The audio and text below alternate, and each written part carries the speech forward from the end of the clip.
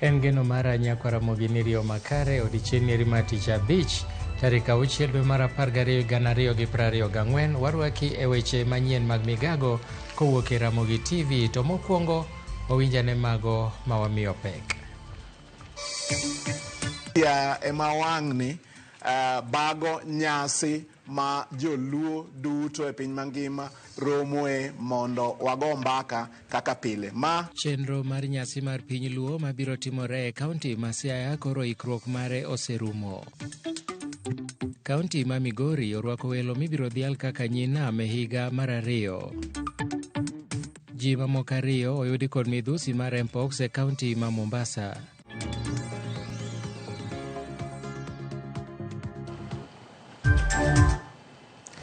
Nyako Ramogi gi thuolo mar orote machok e laini maro mar ote machok ma en 3-600 machiegni nyinga Milton Ochieng' Awuor. Motelo ne nyasi mar 4 mar piny luo Cultural Festivals mibiro bagi e kaunti ma Siaya higani, igeno ni higani biro kelo kanyakla oganda madhoudi mawuoyo gi dholuo mawuok e pinje duto mag Afrika mondo giriwre kanyakla ka ginyiso kitgi kod timbegi. Joyce Oduor nigi ler mathoth. En nyasi mitimo higa ka higa makelo kanyakla oganda dhoudi mawuoyo gi dholuo mondo gidhial kido kod timbe joluo. Kaluore kod komiti machano nyasino motelne kod jalup gavana ma Kisumu Dr. Matthews Owili, nyasino mathuon wach mare ma higani en The Spirit of the Luo Unity in Diversity biro chakore tarik 31 dwe mar 12 higani kendo biro rumo ayanga tarik 2 dwe mar 1 higa mar 2025. Siaya ema wang'ni bago nyasi ma joluo duto e piny mangima romoe mondo wago mbaka kaka pile. Mar 4 ma wabedi kaka oganda luo kata gimiluongo gi dho ngere ni Cultural Festival. Omiyo thuolo ni watiyo godo mondo mi owach ne jodongo chenro manitie mag ndalo 3 mwadhi bedo godo ka wahingo kata ka waparo kata ka wadhialo kitwa kod timbewa kaka onagi. Koloso e seche mane otelo ne kweth jodongo e limo gavana ma Siaya James Orengo e apisi mare, Owili wacho ni gigeno ni oganda dhoudi duto mawuoyo gi dholuo mawuok e pinje mag Afrika biro yuoro e nyasino. Wach mane osir kod Ngire Adam Solo ma en jakanyo mar komiti machano nyasino. Higani ing'iyo theme moketi en juok luo, juogi mar luo. Tidhi luong joluo moa e pinje moko. Nwa joluo kaka historia wacho ne wawuok Sudan kamiluongo ni dog nam. Gireolo bende wacho ni nyasi maduong' ibiro bagi got Ramogi kama joluo ma Kenya nowuokie. Kung'eyo ni Siaya ka kaka diji owacho ema Ramogi ajwang' makwar luo ma Kenya ka got Ramogi kanyo e gunda ne koro luo moko ma bende nigi gund nigi oluonge gunda mar luo Kenya ka. Jaduong' Ruoto Kidi ma jaacholi mawuok e piny Uganda ma bende ne oyuoro e kinde limbeno osingo mar jiwo oganda luo mawuok e pinje mag Uganda kod Sudan ma milambo mondo chop e nyasino. I will convey the message back to the presiding Ruot, Lawi Rodi. He will convey this message to all the Rodi both in Uganda and South Sudan and see how we can mobilize a delegation to come. The time might be short, but we'll do our best as a beginning so that we can build that family relations. Oganda luo mantiere pachoka ojiw mondo bi ochop e nyasino mar piny Luo Cultural Festivals mabiro bedo gi miel, kit chiemo mag oganda joluo, math, tuk yweyo tol, piem mar riembo yiedhi e kind mamoko. Wabiro dhi got Ramogi, wabiro dhi Megwena, wabiro dhi Wich Lum, to gi kuonde mamoko duto mochan. Akaw thuolo ni kaka jakom manyochung' ne kamatino mondo mi agwel jowa duto ni wang'ni joluo te duogo Siaya, Siaya ka baba, Siaya dala Gorengo, Siaya dala gi baba, Siaya dala gi Jaramogi Oginga Odinga. Waduogo ka kwarwa, waduogo e gundawa mondo wang'i nonrowa mondo mi bende wadhial kitwa kod timbewa kochopo ndalogo. Ka ok kamano. Joyce Oduor, Ramogi TV. Tok fwenyo ji ariyo mamoko e bwo seche 24 mokalo gi tuo mar mpox, tend migawo mar thieth koro chiwo ler ewi chal mar guonyo kata tuo mar guonyono e pacho ka. Gi sani, nonro mar migawo mar thieth nyiso ni kwan jogo moseyudo tuono e pacho ka osechopo 26. Efi Nyakidi lerono mathoth. Ei seche 24 mokalo, ji ariyo fweny ni nigi tuo guonyo mar mpox, gino makelo kwan duto mar jogo moseyud gi tuono pacho ka nyaka 26. Kuom ji 26 go, ji 16 osethiedhi kendo chango, chal mar 61.5%. E kindego, ji 7 pod orwako e ute thieth, ranyisi mar 27%, ka komachielo, ji 2 oket tenge, ranyisi mar 7.7%. Nyaka sani, mana ng'at achiel ema osewito ngimane kaluwore gi tuono. Tend migawo mar thieth ochiwo ler bende ni giseketo kenge makare kendo pod gidhi nyime gitimo nonro mar fwenyo oganda ma oseromo kod jogo moseyud gi tuono. Nyaka sani, oganda 204 oseyud nonro margi. Kuom mano, 143 osebed kiluwo chal margi kuom ndalo 21 ka ji 55 pod imedo luw chal margi. Pim osebed kitime tong' mag piny Kenya nyaka sani osetimne jowuoth 18,000 e seche 24 mokalo. Gino makelo kwan duto mar jowuoth mosetimne gi pim e tong' 26 pacho ka nyaka 2,149,747. Gi sani, apisas mochung' ne rango chal mar guonyo mar mpox pacho ka oseyudo ranyisi mar ji makwan gi romo 317. Kuom mago, ji 26 osefweny ni nigi tuono. Ji 288 lipot margi oduogo makare mar ni gionge tuono, ka ji 3 mamoko pod rito duoko margi. Kata kamano, migawo mar thieth medo tiego jochiw thieth makonyo e yore mopogore mag duoko chien pek mar tuono kendo chiwo hocho bende ne jogo moseyud gi tuo mar mpox. Efi Nyakidi, Ramogi TV, Nairobi. Domiyo migawo mar thieth ndalo 90 matimo lalruok gi laktache ma jopuonjre kata interns kendo chopo winjruok kodgi. Ma biro seche machuok ka kende bang' laktache go chako ng'anyo margi odiechieng' manyoro kaluwore ni omenda mabalang' manochwal negi gi migawo mar thieth pod ok nyal konyogi. Linet Undi nigi mathoth. E kinde ma chenro mag thieth osebedo gi chochni pacho ka, ngima mar lakteche maraga koro dhi yudo fuong'ruok bang' doho miyo migawo mar thieth ndalo 90 mar bedo piny gi lakteche maraga kendo ng'eyo ayanga kwan omenda mowinjore ochulgi. The court directed us to sit down and agree within 90 days. We are still within the 90 days provision and we are very committed. And that is why we could not allow as a government to have interns working in our hospitals, and especially now when we are rolling out UHC, and they are suffering without pay. Lakteche go nochako ng'anyo margi odiechieng' manyoro ka gidwaro mondo migawo mar thieth kaachiel gi sirikal ochwal negi omenda ma gisebedo ka gitiyo, chiwo lwasi maber e kinde ma gintiere tich, kaachiel gi ndikogi e tich e yo mongirore. There has been an outcry of our dear interns out there suffering because we have not been paying them. We have interns who, the clinical interns have been in the field since May without pay. The doctor interns joined them much later, after July. And really all of them have been suffering because none has been paid. Kata kamano, jagoro mongirore migawo mar thieth Mary Mudhoni owacho ni pod gintiere doho kendo gisesingore mar timo kaka doho biro wacho negi. It is important that we speak the truth. And the truth is we are still in court. The interns went to court. We already agreed that we will go by the court decision. The court has directed that we are given 90 days to discuss whether to pay 206 or to pay 70.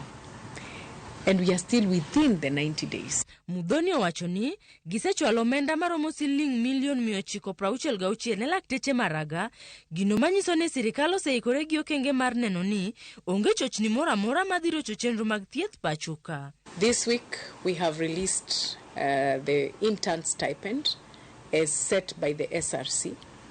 And this shows the commitment that the government has. As we very well know, that we are still very open to conversations. The court directed us that we have been given 90 days between ourselves and the union to finish our conversation and our talks and report back after the 90 days. we are still very committed. Linet Undi, Ramogi TV, Nairobi. Nyasi mar sigand nyinam mantiere hike mar 2 dhi nyime alap mar tuke ma Migori. Nyasi ni okelo jotelo mopogore opogore moting'o Mama Aida Odinga, Gavana ma Homa Bay Gladys Wanga gi Migori County Governor Ochila Yako kod mamoko. Watudore achiel kachiel gi George Juma mantiere kar nyasi no kendo bro lero no mathoth. George Juma, inyalo nyisowa ni to kwan mar welo mochopo kanyo wacho nang'o ewi kit nyasi machalo kama mar nyinam? Kamana winji makare kinyalo neno gi wang'i toke kanyo bro no kantiere bende ochope nyasi mar nyinam. Nyasi bende koro itimo tielo mar 2. Katielo mokwongo ne otim higa mokalo kama koro tielo mar 2 ma bende koro bagi e kaunti ma Migori. Nyasi bende ochope kod jotelo mopogore opogore ma oting'o jakom mar duol ni mar nyinam Gladys Wanga, wantie kod Mama Aida Odinga, wantie kod gavana ma Migori Ochila kod jotelo moko ma bende ochope nyasi machal kod mae.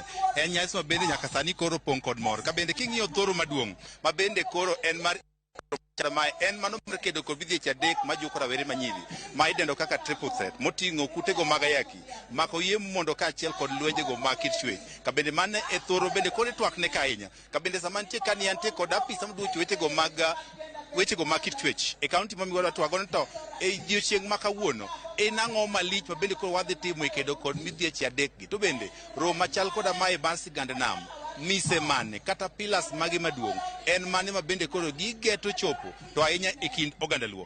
Profa adoni chori machiegni mondo watwag mana mapiyo piyo kichungi ka king'iyo kachacha. Nyasi dhi nyime, aneno ka nitiere thoro maduong' mar kedo kod lwenje mag kit chwech, kute mag ayaki kaachiel kod kata mago moting'o kata mago mag mako mondo. Kapok wachopo kanyo, mise mane pilas mage ma romo mar nyinam nitiere godo mwatemo kele kit oganda luo? Erokamano ahinya jatelo. Adwa wacho ni kaka joluo kata kaka mine mag jotelo, mise ma wasebedo godo mwaketo kuom gik 3 ma wan go ni. Mokwongo wan gi policies mabeyo ma wasekete county ka county mondo kanyalore nyathi ma nyako kik bed ni omako ich moiu kata ni oweyo dhi somo. To ka ng'ato po notimone kamano, nitiere chike maluwore kata mana gi constitution magwa mabiro miyo olu jogo matimonegi kamano kendo mondo giyud kum moromore kodgi. Wan gi kendo gi gender mainstreaming policy, wan gi gender based violence policy, wan gi policies mang'eny, to maduong' mogik watimo a lot of sensitization. Mane momiyo wachokore kaka wuono mondo jatelo ka jatelo ma piny luo kamoro amora modhi e romo owach ne ji ni gik 3 gi ok wadware counties magwa: mako ich moiu, medruok mar okimwi, to gi mar 3 goruok mag udi, mag chwech mag udi mondo wadag maber. Kawe kapok akawo duond ng'ama chielo, yo mane mutiyo godo nitiere samoro nyithindo manyiri dhi nikech samoro chan, yore mage mutiyo kod yorego mag nweng'o kaachiel kod mage mutiyo godo nitie nyithindo manyiri mok nyadhi e sikul. Be un gi chenro mar siro nyithindo machal koda magi? Erokamano ahinya. Wan gi programs mang'eny ma waluongo ni empowerment programs ma kata nyathi o drop kapok ochopo e klas 8 wadwa ni mondo wayud ne kaka onyalo timo business mondo mi gichak tijegi mag lwetgi motegno.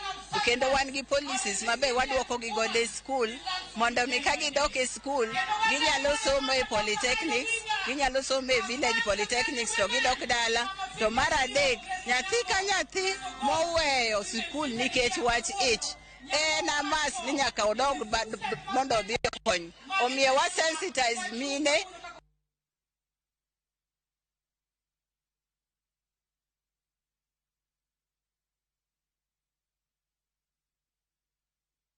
kamano watimo mos ahinya kuom ng'ikruok ma kamano e yore mag tudruok. Kata kamano wabro dhi nyime gi sigana mamoko, to sigana no wabro yudo weche manyien mabiro mag oimore to gi ang'ich welo.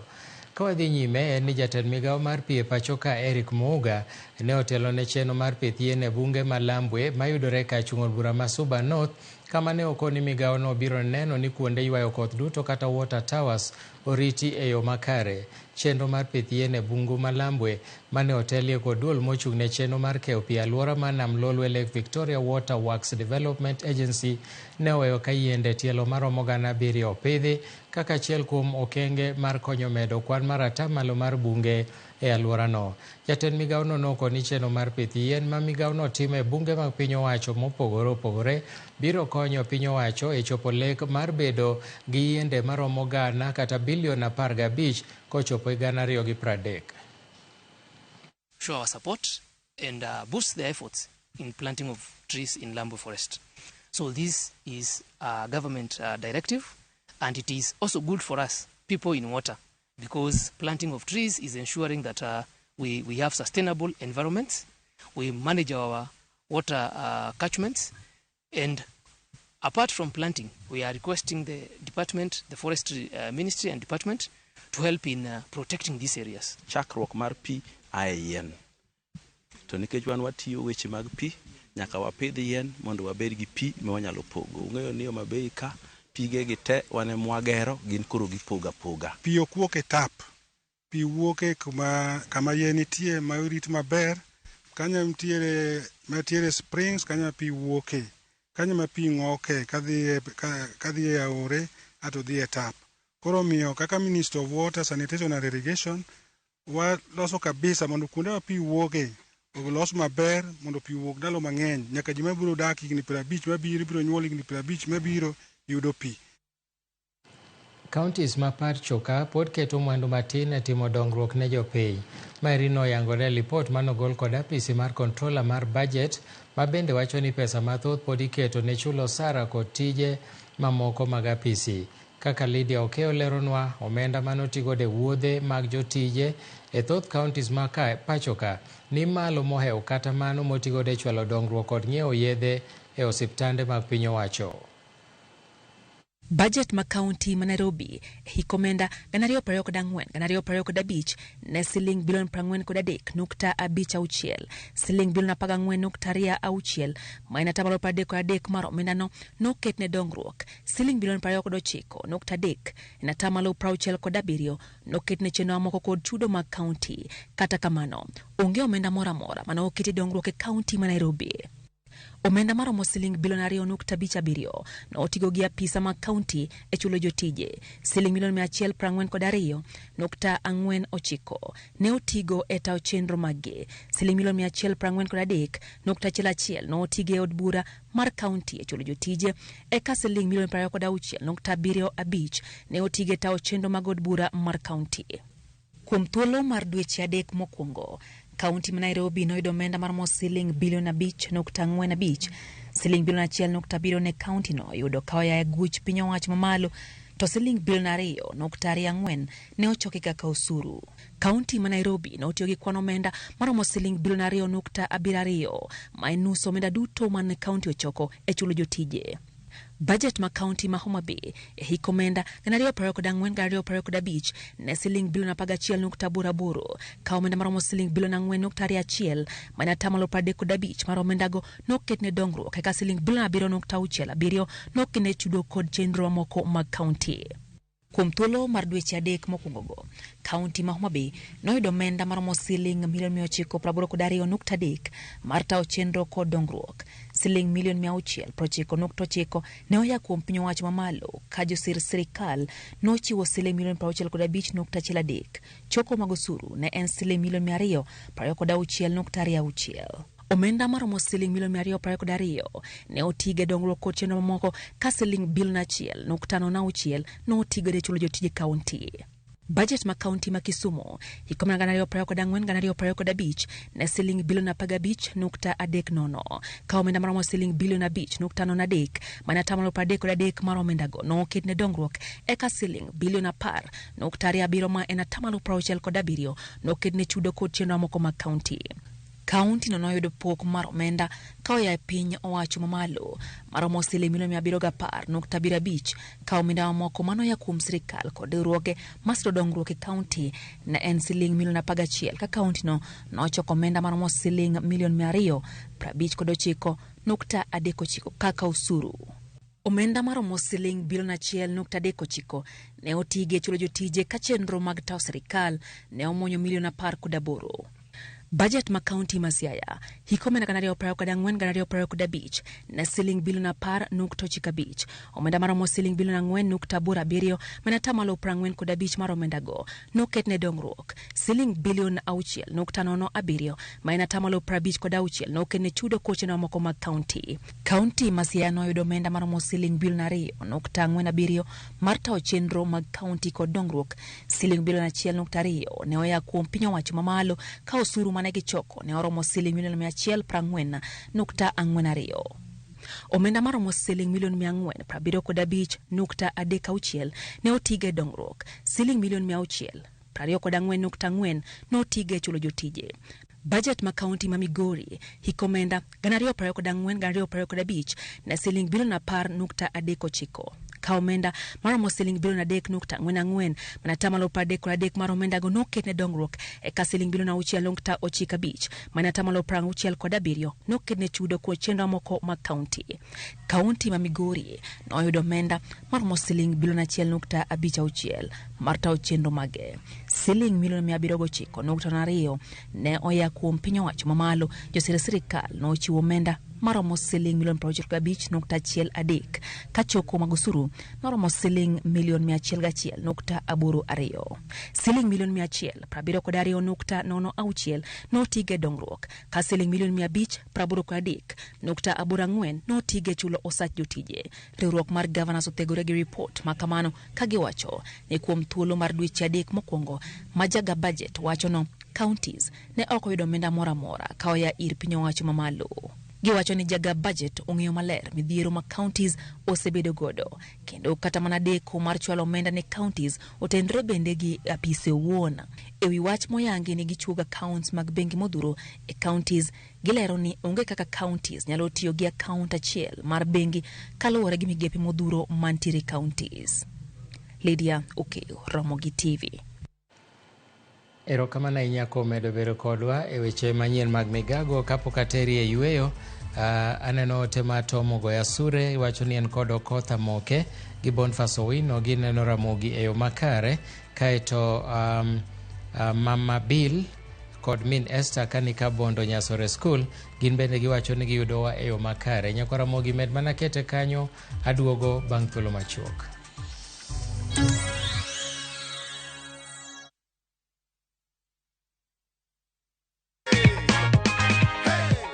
Ulikuwa unafanya nini wakati ulipigiwa simu? Nilikuwa tu job zangu za kawaida, nikapigiwa simu. Ma 1212 hapa Nairobi. Yes. Kwanza shikilia goodie bag yako. Alafu shikilia check yako pia. This is your check of 50,000 shillings. Hakikisha jina imespeliwa vizuri. William Mudhui. Bahati iliyoje people. Niko na wife wako kwa nyumba, sasa hivi ana kitu anafanya na plan kumwekea tu kabisa na hiyo pesa.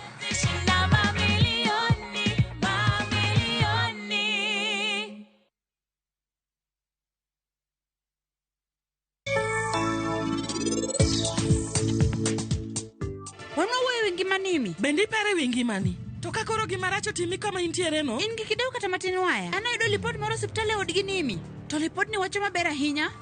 Nini mi pek? Jatelo madam owuok odhi tich matin. To eno wacho noduogo mana sani. Ng'omo miyo ino kedhi kode? Dadhi kode nade. Iwuon ne wacho ni kik wawuoge dala ni. In kindi sira lo face na nango. Anasebiro hospitali ni nyadi dek. Odiochienga dek masebiro kae gita ini sira lo na appointment letter.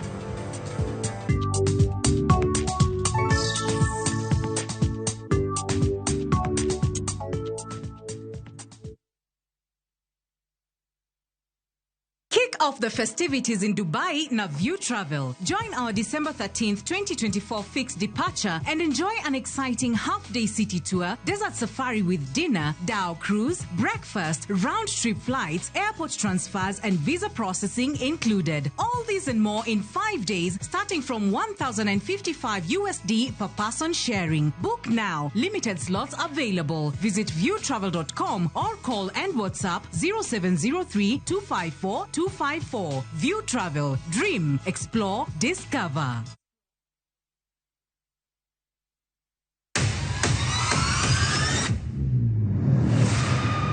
Gin mine makelo dongruok mopogore opogore. Don't speak on our issues as women. Let us be the one to speak. Kaka gikete ratil, familia kod tijegi. People's power! People's power! Magitimo gisiso kod lony. As the woman representative of Homa Bay County, this nation is hungry and there is no question about it. Minegi nietelo. Gijiwo kendo gikelo lony mopogore opogore. Mentorship en gimoro ma important kabisa. Mano konyo ji kendo miyo ji bet gi positive attitude. Gimiyo lony margi kanyakla kod yudo duoko ne chandruoge duto magikale. We want leaders to be fair to the nation. To emine wacho sigand miyo kamiyo ogen. Mine wacho ngeso ka ngeso kod jailieta.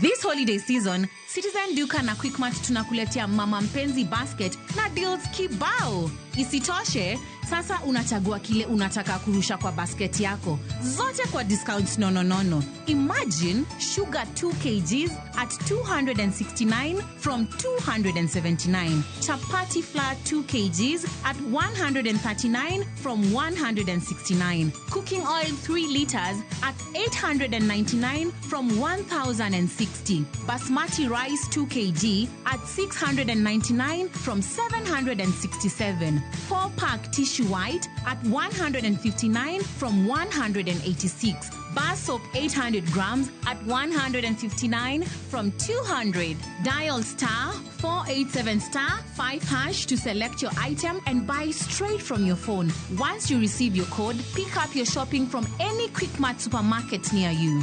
Simple, fast, and super convenient. Other baskets on the offer include Mama Soko, Sherehe, and Daily. Citizen Duka, making your celebrations more sweeter.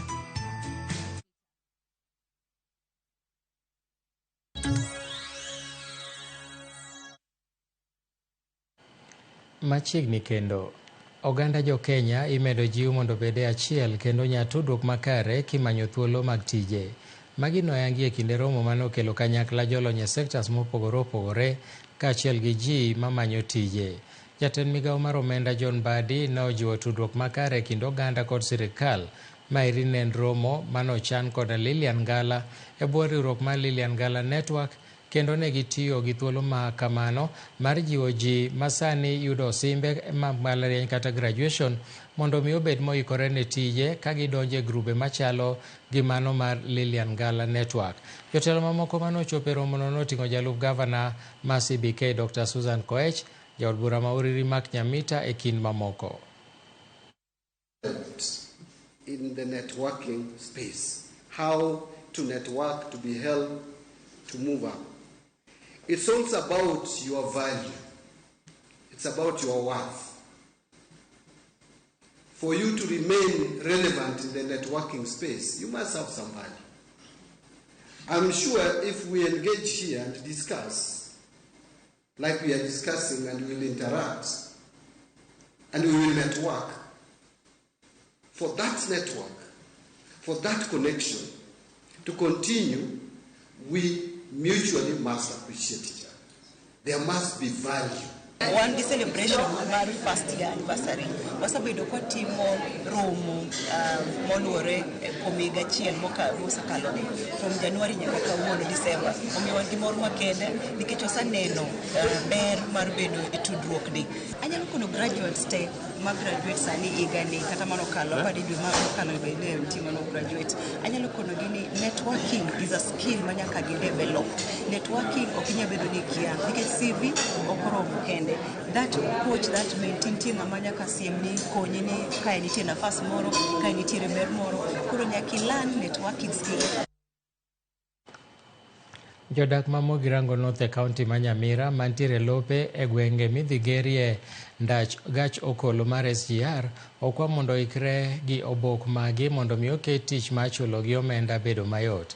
Ka gilose romo machoko paro ma jopiny e gwenge ma gedo mar gach reru no dhi timore, jotelogo mawuok kuno kaachiel kod apisas ma kembe mag gach reru e pacho ka ojiwo jodak-go mondo mi olos chochni manyalo bedo e obok eko magi kuom thuolo mar dweche 5 mabiro.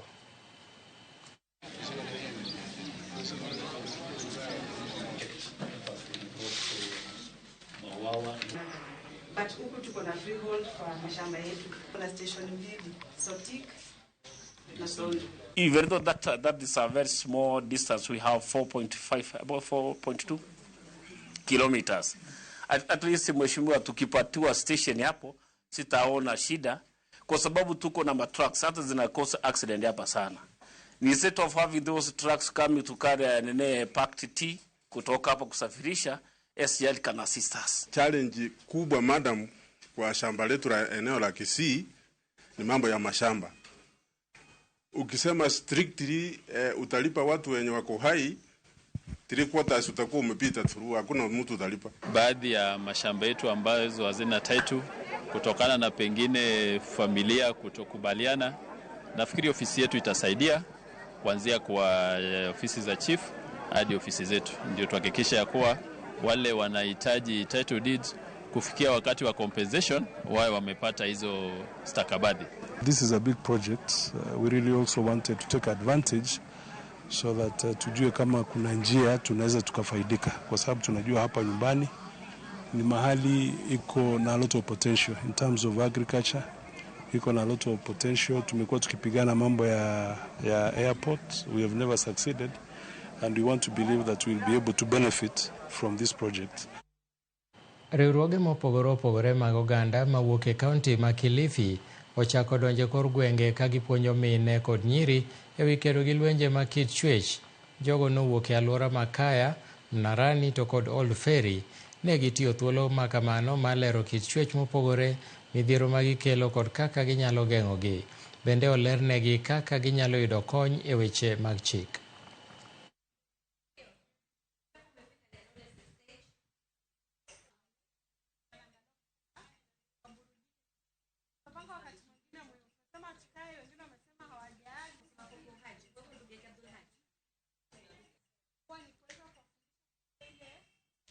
Wasichana wengi na mama wengi hawana habari na hawana information yoyote kuhusiana na gender based violence. Hawajui hata commitments na sheria zenye ziko katika nchi yetu ya Kenya, na wengine hawajui haki zao. Nishaona kuna makosa zaidi fulani pengine ambao tunadhulumiana mimi mwenyewe kwa mimi na bwanangu, pengine kuna makosa fulani nimeyasoma leo ambao namdhulumu yeye na pengine hajui kama namdhulumu. Na pia yeye pengine kuna makosa ambayo wanidhulumu na alikuwa sijui, na furahi sana kuwajua. Na upande pia wa kimajirani na upande wa wanakijiji ninavyoishi nimepata mengi tu ya kunisaidia kwa leo.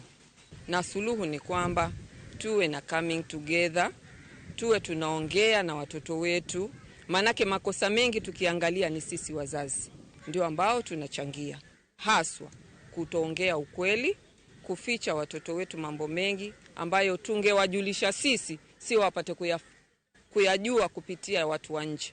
Kitu cha kwanza.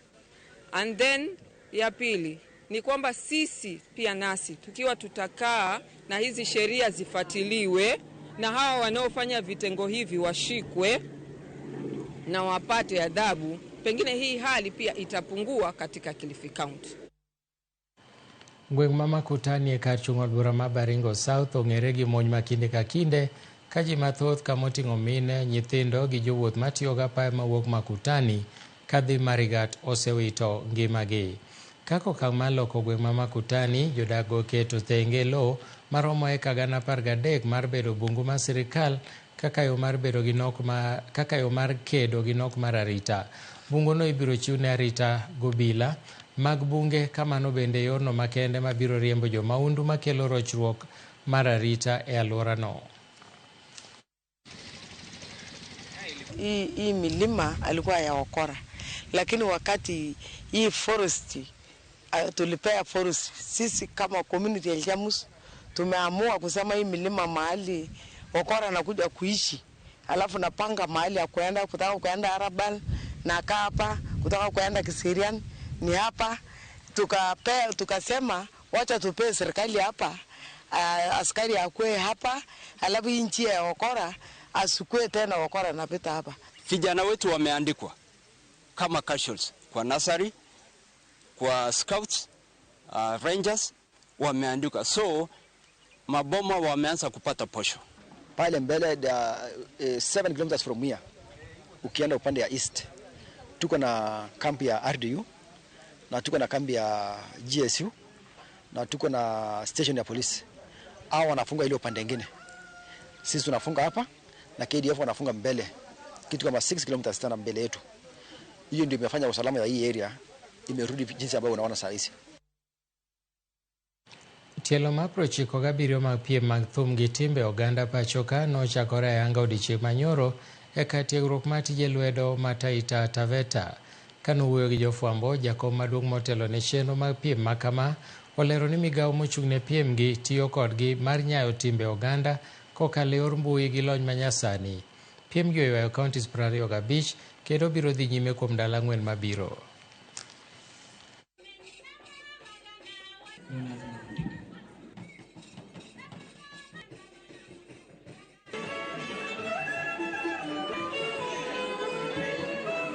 We've been moving from strength to strength.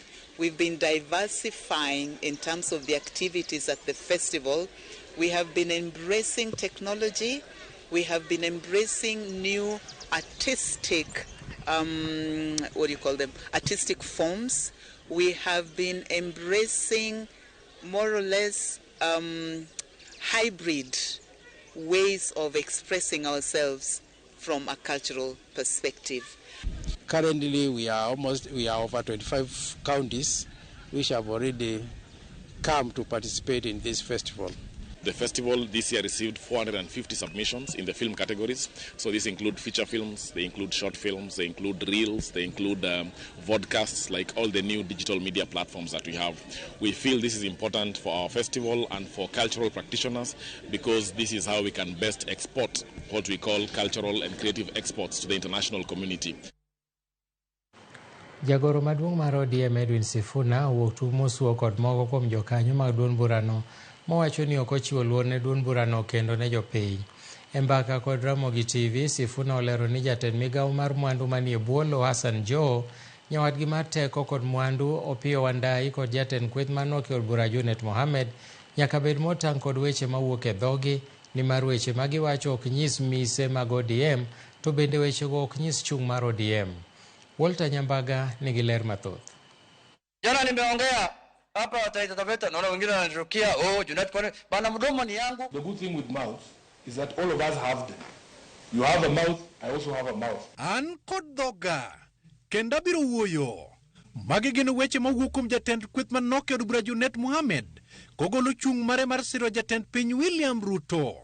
Weche mosekelo liet e kind jokanyo mag ODM kagi sani to jagoro maduong' mar ODM Edwin Sifuna owuok tung' mosuo kod Junet, jatend migawo mar mwandu manie bolo Hassan Joho to kod nyawadgi mar teko kod modhi Opiyo Wandayi. Sifuna okonigi fungo weche ma ok nyis mise mag ODM kata matin. So when I hear a leader making a pronouncement such as the pronouncement that came from Honorable Junet, and then he says it is his personal opinion, yes, it might be his personal opinion, but the position that he holds in the party, the position that he holds as a leader of minority in parliament, should always be at the top of his mind that yes, you might have personal opinions and you are allowed to speak freely. We don't have a problem.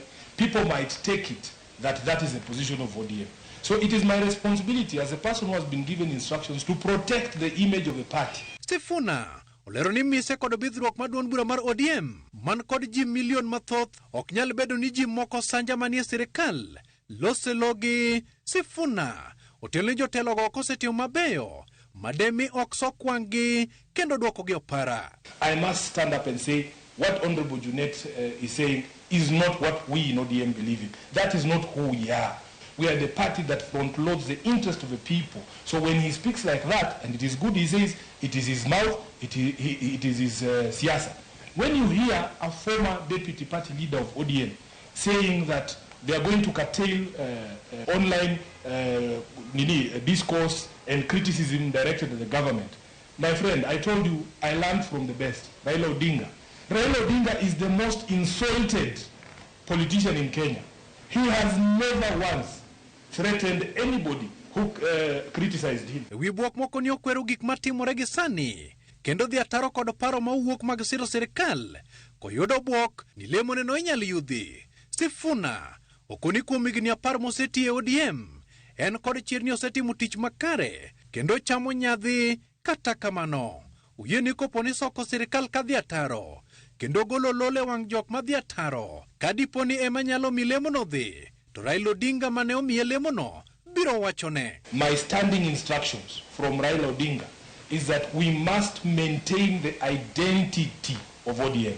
And the identity of a political party is in what it stands for and what it believes in. Otelo ni ODM ni kod ting' mar keto sirikal kod migepe tesre, nyake komiti, kendo jotend migepe maparo ni nyalo loso kabwogo jopiny, to paro moleo. Even former officials of ODM appear before my committees or appear before the Senate. I look at them as Kenya Kwanza cabinet secretaries. They are Ruto's cabinet secretaries.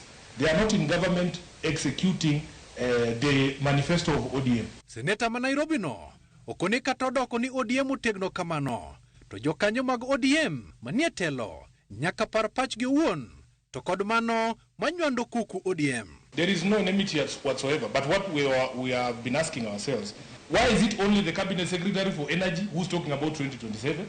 Why is it only the cabinet secretary for mining threatening people? Why? Why only the ODM people? What is wrong with them? Yeah, that is the question we're asking ourselves. Okoni dhieno no kod jotelo ni mar ODM le andio lando ni gidhi chungo ng'ate laro content piny. Kata kamano, Junet kod Lange to sani wero Ruto nyakedebe. Just recently in Vihiga, he made it clear that ODM will run a candidate in the 2027 presidential election. That is the last instruction that he gave to all of us, members of the party. So when you hear a member of ODM saying that in 2027 they will support somebody other than ODM candidate, that is not who we are. They are the ones going against Baba's direct instructions. It's not Sifuna. Walter Nyabaga, Ramogi TV. Gisigana no mar ODM makwa ithuolo mondo wadhi yweyo mar ariyo ka waduogo pod wan gi mathoth.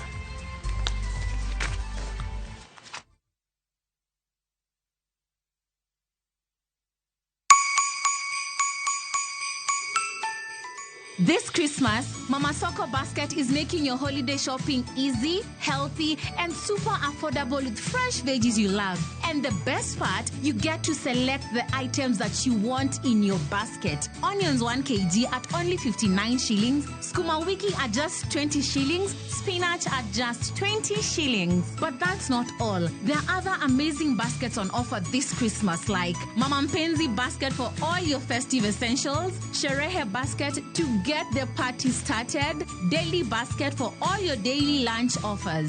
Dial *487*5# and select your items and buy straight from your phone. You'll get a code sent to your phone, then pick up your fresh goodies from any Quick Mart supermarket near you. Super easy, fast, and so convenient.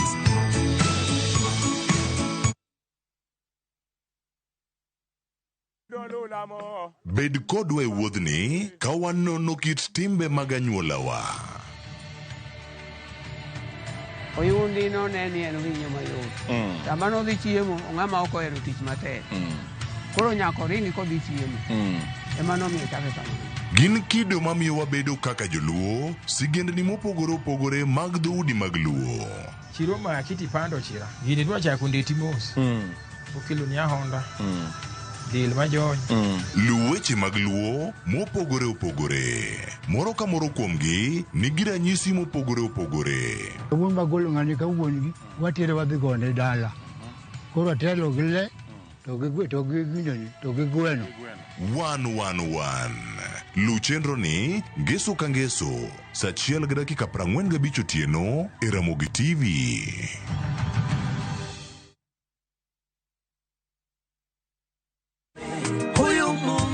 Amefanya kweli, kwangu mimi amefanya kweli,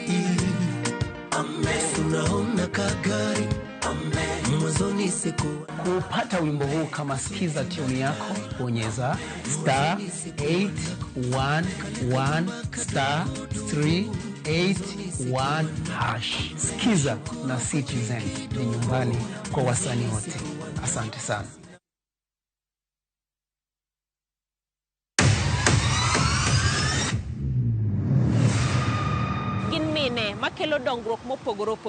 Don't speak on our issues as women.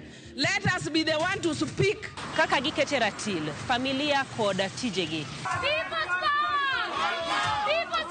Magitimo gisiso kod lony. As the woman representative of Homa Bay County, this nation is hungry and there is no question about it. Minegi nietelo. Gijiwo kendo gikelo lony mopogore opogore. Mentorship en gimoro ma important kabisa. Mano konyo ji kendo miyo ji bet gi positive attitude. Gimiyo lony margi kanyakla kod yudo duoko ne chandruoge duto magikale. We want leaders to be fair to the nation. To emine wacho sigand miyo kamiyo ogen. Mine wacho ngeso ka ngeso kod jailieta.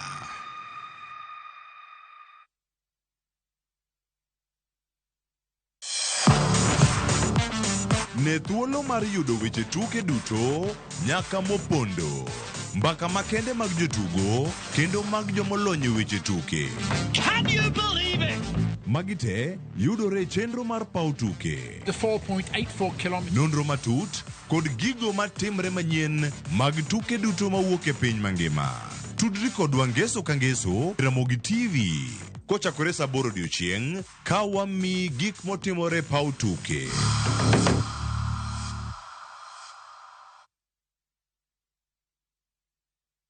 Nyakwa Ramogi, Kenya Eratiel. Raila has a space to say what Gima Jakom Dwawacho. The opposition, nothing like a Supreme Court. Oliet Nyakwa Ramogi. Jumapil ka Jumapil. Ana chungo mama Ratil kadel war piny. Ka adwani wa discuss kaka Kenya dhi. Winj tuak mago Ratil piny. One was got in opposition. One was got in opposition 50 years. Mayo kiparka. Kele wich bar moro. UDA onge kama pose donje. Adwani penje bati. Koso donje kona mane. Sachiel gi nus otieno. Siasa mar piny Kenya en siasa koso dongruok. Ka ikelo ni kod George Bati. Kik bai.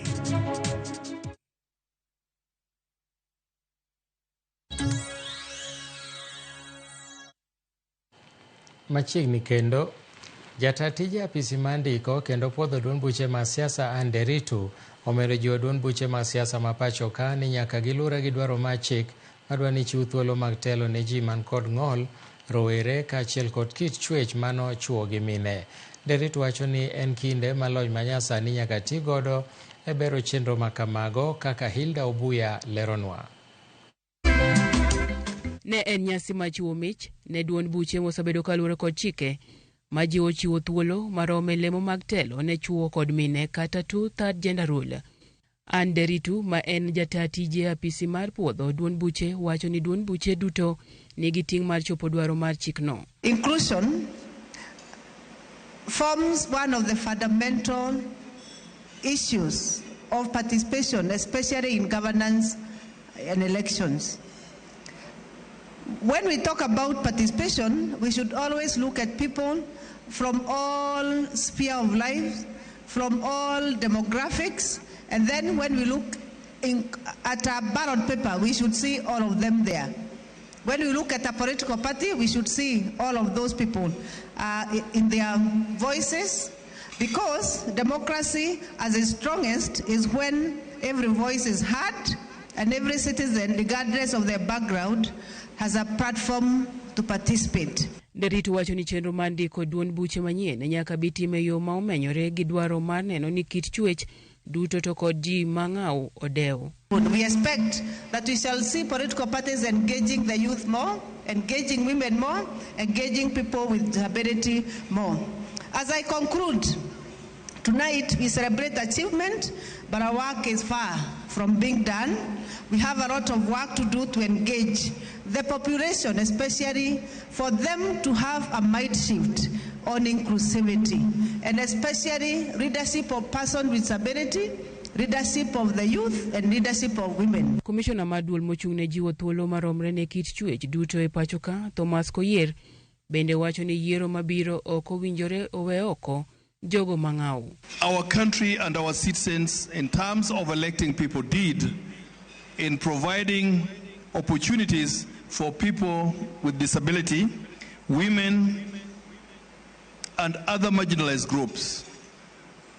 The gap is actually very big. Manen women rep ma Migori County Deni Tangati kendo jaked ne ji man kod ng'ol otelo ni yiero mokalo ne oremo. chopo kwan ma owinjore ma ji man kod ng'ol ma oyiere lemo mag telo. So you can see that even as we continue to say we are moving forward, we still have not reached there for persons with disabilities. And for me, as a believer in democracy, we cannot be talking about democracy when a section of Kenyans are not in there. Omiyo wa ajmine mondo wogoko mondo gin bende ginyisre ni gin gi teko, gin gi paro maber manyalo gero oganda kendo manyalo miyo wadongre kaka oganda Luo. Jogo makedo ne rowere bende omedo golo dok e it rowere wetegi mondo kik dok chien e chenro mag yiero. Ananyal luongo rawerni wetena mondo chung e siasa. Tarik 25 neno odiochieng' kelo lokruok mang'eny pinywa ma Kenya kae ma vijende nochung' ba waneno ni Gen Z ntiere lokruok maginyalo kelo. Duond buche moyudo mich kuom keto e tim chike madwarore e chiwo thuolo ne kweth mang'aw gin kaka United Party of Independent Alliance, Progressive Party of Kenya PPK, United Green Movement UGM, Tujibebe wa Kenya Party e kind mamoko. Hildo Buya, Ramogi TV. Mana kamano bang' yudo asigana makamano wadhi nyime gi chenro mar migago ka Apolin kanitiere Rabango iwachonwa ni winjo ayo makare kendo neno ka weche mabiro ni kokalo e Ramogi TV keto ni gik malere yo makare. Milton, how are you? Wan kodi achiel kachiel gi nyakwara wan rarieda nyingi to kiwacho. We are watching news live from Migori. Mano ken an Odhis Fundi erokamano.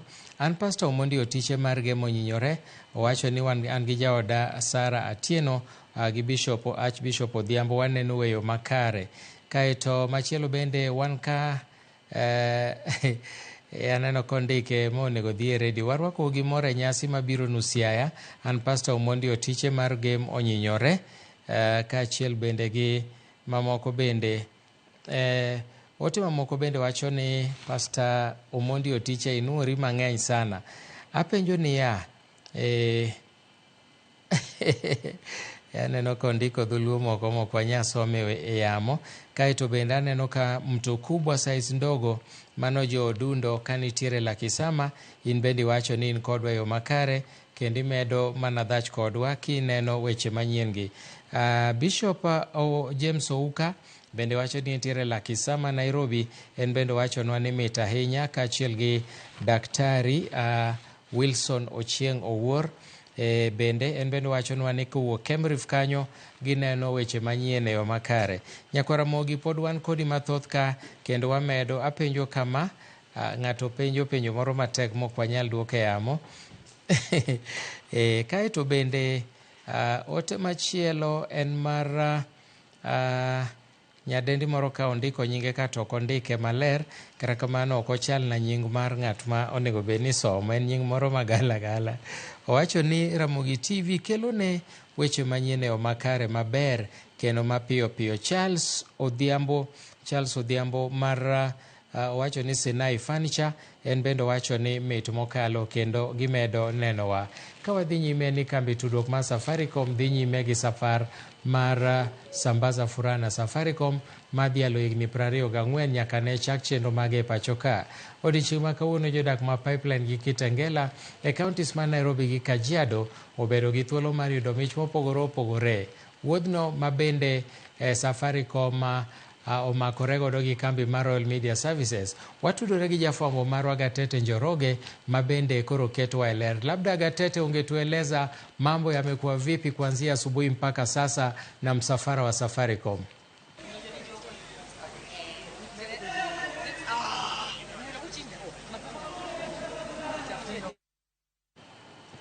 Naam, Gatete, labda nafasi ni yako utuelezee vipi mambo na msafara wa sambaza furaha na Safaricom. Muulianza maeneo gani na mmefikia wapi mpaka hivi sasa?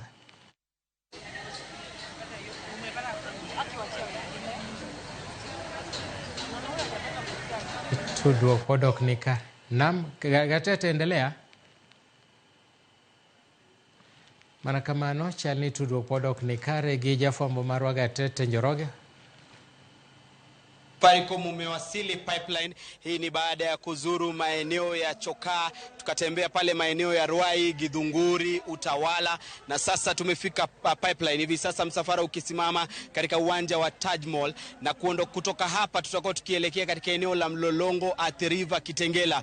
Na hii ni katika kampeni ya Safaricom ambayo inaenda kila sehemu nchini ikiwatuza wale ambao wamekuwa wateja wao kwa miaka 24 ambayo wamekuwa wakitoa huduma za mawasiliano humu nchini. Na kando tu na kutuza wateja, pia wanafungua maduka ya Safaricom ambayo yatakuwa yakiwasaidia wakazi mbalimbali, kwani sio lazima ufike katika miji mikuu ili uweze kupata huduma za Safaricom. Lakini pale popote ulipo, Safaricom inahakikisha kwamba inafungua maduka ambayo yanaleta huduma zao mahali ulipo. Hivi sasa nitajumuika pamoja na mmoja wa maafisa wakuu wa Safaricom ambaye atanena kwa lugha ya Kidholuo ili watazamaji wakaweze kuelewa ujumbe wa Safaricom na kampeni ya kusambaza furaha msimu huu wa Krisi. Tuanze kwa majina. You can start by telling us your name.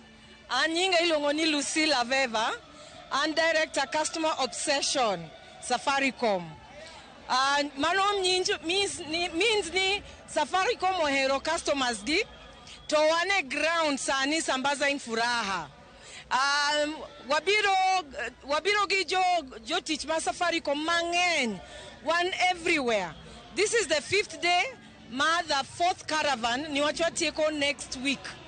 Kawono wase odukni adek mawayao in partnership with our dealers. Labda tueleze, kando tu na kusambaza furaha, ni kipi kingine ambacho kampuni ya Safaricom inafanya katika msafara huu? Kampuni yetu ya Safaricom tumejitokelezea kwa wingi kueleza wateja wetu kitu cha kwanza, tukielekea msimu wa Christmas, wajiadhiri na kukinga laini zao.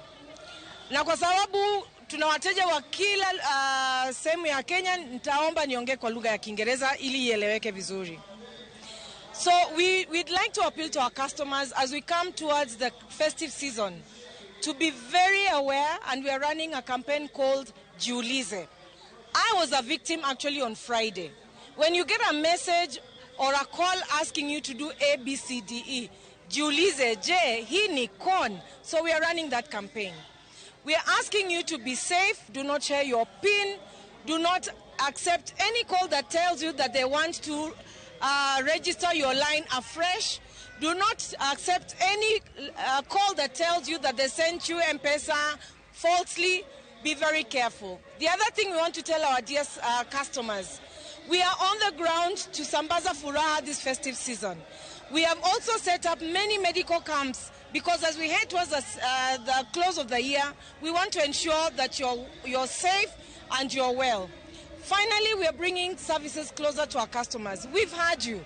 You've told us you've had to walk very, very far, and for this reason, even today, we've launched 3 franchise shops in this area of Embakasi to ensure that the services are much, much closer to you. Thank you very much. Asante sana. Huyo ni mmoja wa wakurugenzi wa kampuni ya Safaricom ambapo yuko katika msafara huu na ambaye anahakikisha ya kwamba jinsi Safaricom inavyotoa ahadi kwa wateja wao wameweza kutimiza hii leo, wakifungua maduka matatu ya kuhakikisha ya kwamba huduma zimefika mashinani. Lakini sitaondoka kabla ya kuzungumza na washinda. Kuna washindi wawili hapa. Karibu tu ndugu, mtasema neno moja moja. Labda mama ujitambulishe kwanza, utuambie unahisi vipi. Tunaona umevalia Safaricom t-shirt, leso, umeshinda kuku. Hebu tueleze. Kwa majina anaitwa Faith Ndunge. Leo nimeweza kuhudhuria hii nini ya sambaza na Safaricom. Nimeweza kufurahia kwa sababu nimeweza kumshinda huyu kuku hapa, leso na t-shirt. Safaricom is the better option. Nimefurahi sana. Labda niulize, ni nini inayofanya unashabikia Safaricom? Maneno mingi sana, kama vile kuna hii nini, una dial star 555 unaweza kupata hook na Safaricom. Tunaweza kugoogle, tunaingia mtandaoni, tunajua nini inaendelea. Ndio. Asante sana. Kuna mshindi mwingine tu wa kumalizia. Labda tuanze na majina, utueleze ndugu, naona uko na jogoo. Kwa majina naitwa Isbon Makori. Bado nimefurahia sana ndugu yangu. Steven, nimefurahia sana.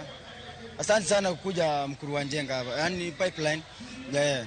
Umejishindia je huku? Yaani nimejishindia tu, yaani mimi nimefurahia sana.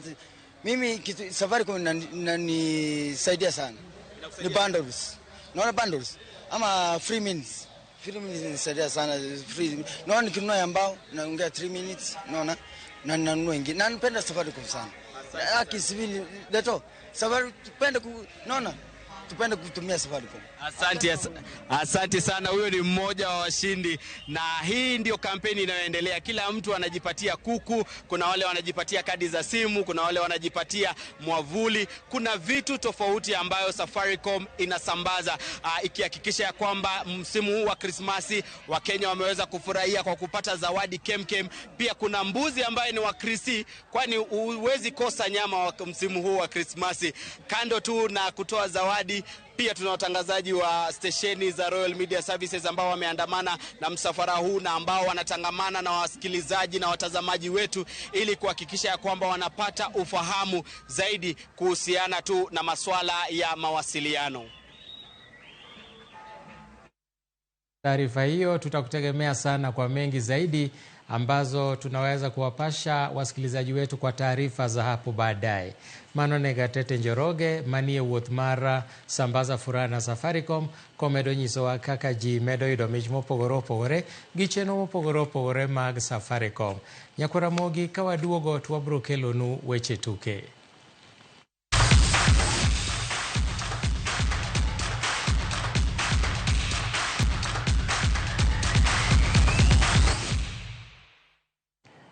Club mar Tottenham Hotspur nowito tugi mar 6 season ni bang' club mar Bournemouth loyo gi gol 1-0 e tuke mag adhula